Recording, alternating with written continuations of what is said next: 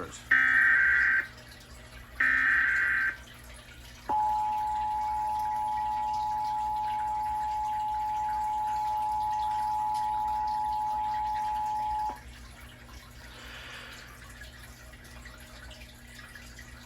The New Jersey Office of Emergency Management is conducting the test of the emergency alert system. Had this had been an actual emergency, the DDD and texting signal you just heard would have been followed by an official information or instructions. This concludes this test of the emergency alert system.